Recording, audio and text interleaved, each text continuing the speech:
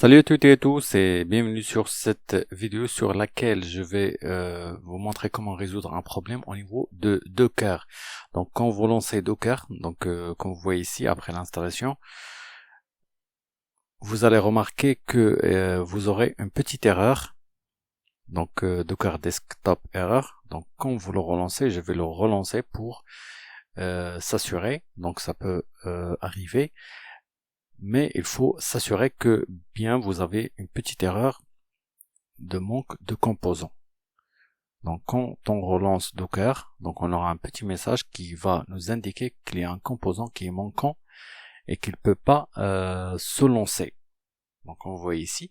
Donc tout simplement, il suffit seulement que vous suivez le lien là-dessus sur le message box.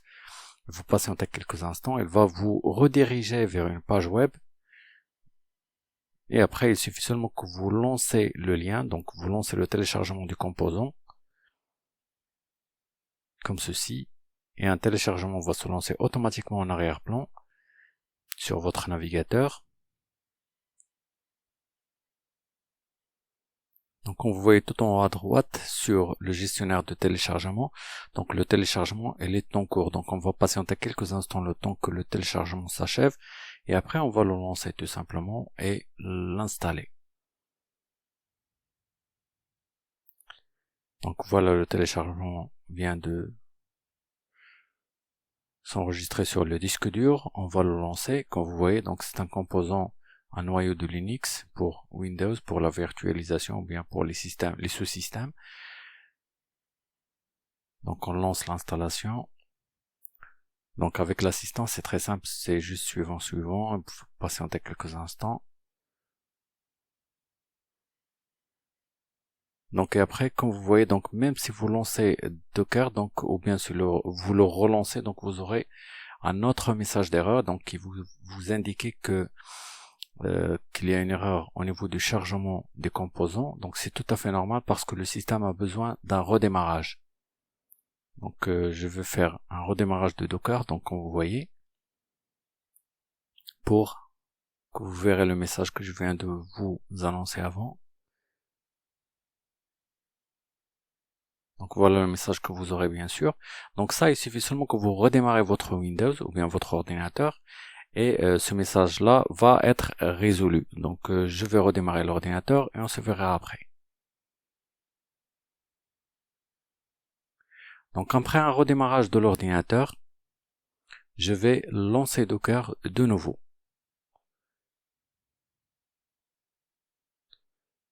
Donc après un redémarrage, comme vous voyez, Docker est en cours de démarrage. Desktop starting. Donc il faut patienter quelques instants le temps que le chargement des composants et le chargement de l'application bien sûr.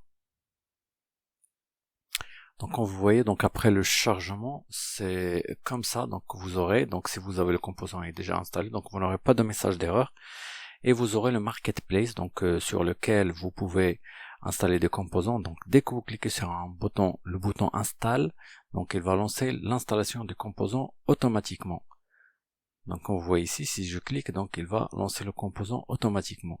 Si vous cliquez sur détail, donc il va vous afficher le détail de la commande utilisée pour l'installation du composant bien sûr. Et aussi si vous cliquez sur la ligne comme ça, donc vous aurez la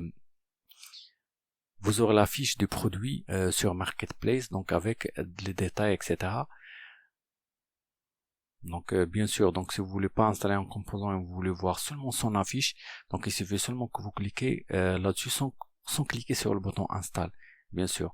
Donc bien sûr après ou bien au moment de l'installation, elle va vous demander des autorisations réseau bien sûr, donc il faut les faire. Pour désinstaller, il suffit seulement que vous cliquez sur une install tout simplement, et le composant sera désinstallé.